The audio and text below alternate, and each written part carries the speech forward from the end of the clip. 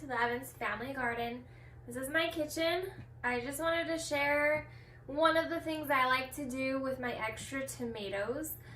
It is just 2 of us and I get quite a bit of tomatoes. This is maybe, it's about 3 days worth of harvest.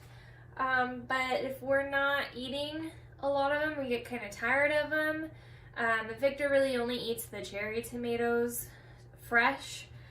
So the big slicers like these guys, if we're not having sandwiches, then they don't really get used.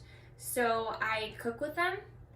So recently I've made pizza sauce. We really like making our own pizzas with pizza dough and adding our own toppings to them, smoking them on the barbecue. So the tomatoes are really good for pizza sauce, but today I don't have quite enough to make sauce, and instead of freezing these to save for later to make sauce later, I'm gonna dehydrate them. They're sun-dried tomatoes, but they're dehydrated. There's a few different ways that you can do sun-dried tomatoes.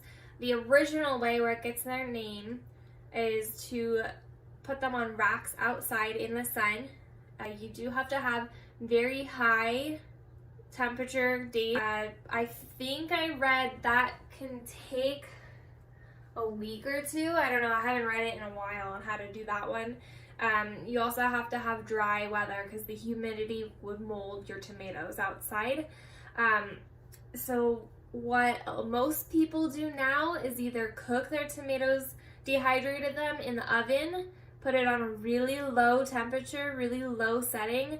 You can even have the door cracked open a little bit and slice your tomatoes thin and put them on pans on like cookie sheets and throw them in the oven. Those ones you do have to rotate them every like hour or so, I believe. The way that I make my tomatoes, my dehydrated tomatoes, I have a dehydrator. So I'm gonna cut them up and put them on these racks. You can get silicone mats for these racks for your dehydrator, but the chunks that I do for my tomatoes are big enough so they won't fall through these.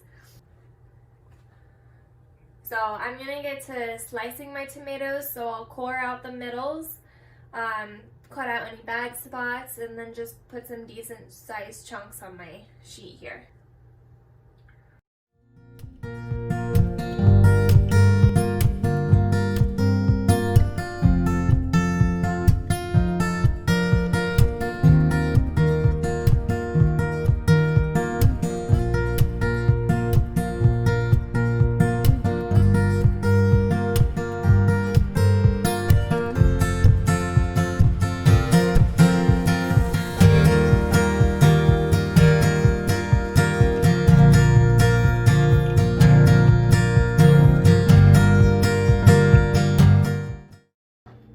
Just to show you guys, the little cherry tomatoes, I don't really core them. I just slice them right in half, stick them right on the dehydrator. There's not much of a core on these guys to matter. I mean, you eat them whole anyway.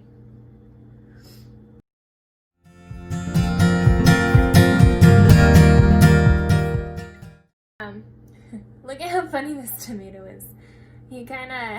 There's 2 of them together. So what happened is it was 2 blossoms that fused together when they got pollinated, or before they got pollinated, and then the tomatoes grow together so they're stuck.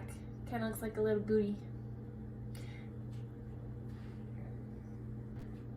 So another tip that I have, just from trial and error from what I've found over the past few years of doing this, when you're cutting your tomatoes, try and slice them so they're like a little boat. You get a lot of good flavor in the juice, and if you do slices, like I did these big ones just because I think they're pretty, but these slices, the juice is gonna leak out. I know the water is gonna evaporate in the dehydrator, but the flavor that's in the juice, on these ones, they're gonna leak out. They're gonna be really pretty dehydrated, but they might not have as much flavor. So always try and cut them so they look like these little boats here.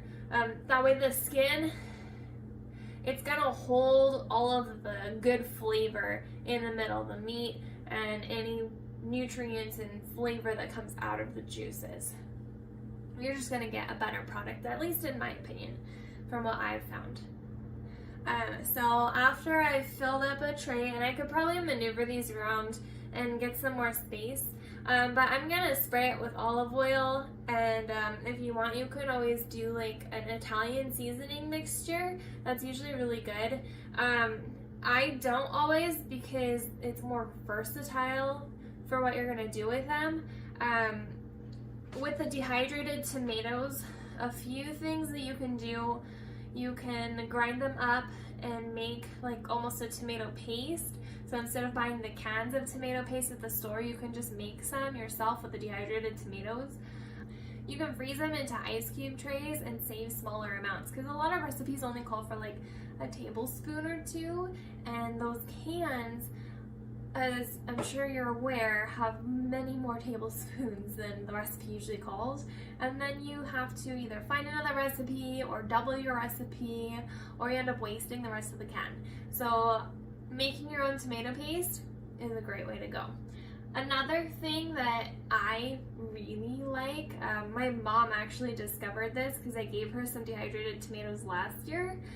She took them and made pesto with them. So she did mostly dehydrated tomatoes and threw some basil, and I think she either used walnuts or pine nuts, one of the two, whatever she had on hand, and ground them up like a regular pesto recipe, and it was so good. We had it with pasta, we used it as a pizza sauce instead of doing a white sauce or a pesto. We did a red tomato pesto. It was so good that way. So that's probably what I'll do with most of these. They're also really good just for snacking on. So if you're gonna do them for snacks, I do suggest putting the seasoning on them. Just do, if you have an Italian seasoning blend that you like, you can use that. You can make your own. That's what I usually do. I get a little bowl. I'll take one of these. I'll take one of my little bowls. I'll put salt, pepper, oregano, basil, just all the dried herbs. If you want some thyme in there, some marjoram, whatever you like for your Italian seasoning, mix it all up, and then just kind of sprinkle it on your tomatoes after you've sprayed them with olive oil. So you can either toss these guys in olive oil in a bowl, but what I like to do is I get like a can, the spray can of either Pam or the spray olive oil, and just spray them. Makes it so much easier. Just a quick light spray on these guys. That's plenty. And in the dehydrator they go.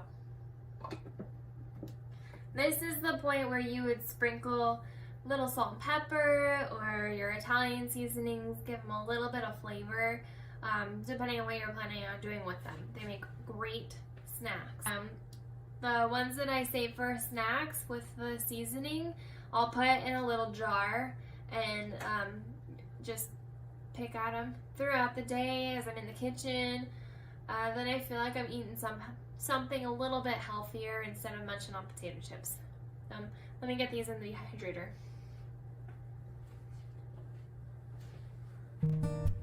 So my dehydrator comes with a little guide here. Meat and fish, jerky, vegetables, fruit and fruit rolls, herbs and flowers. So tomatoes are technically a fruit, so we're gonna follow the fruit one. So the temperature suggestion is 130 to 140 degrees. As you can see, I have mine set just above 130, and we're just gonna turn the timer on.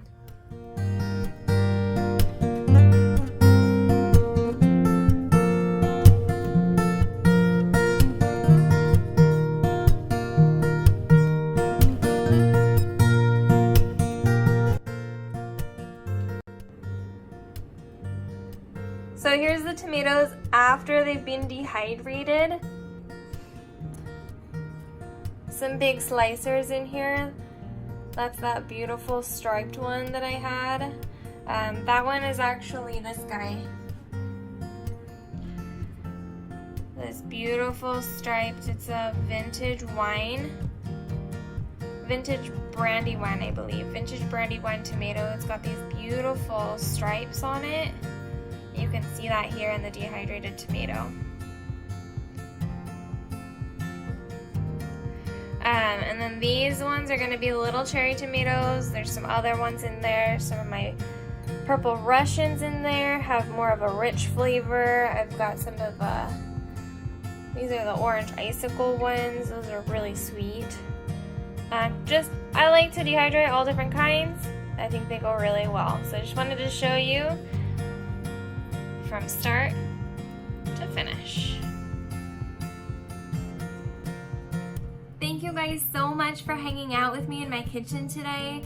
I just wanted to share that quick video with you on how I process my leftover tomatoes before they go bad. It's a quick, easy way to use them and not feel like you're wasting food. So thank you for hanging out with me today, and I'll see you next time.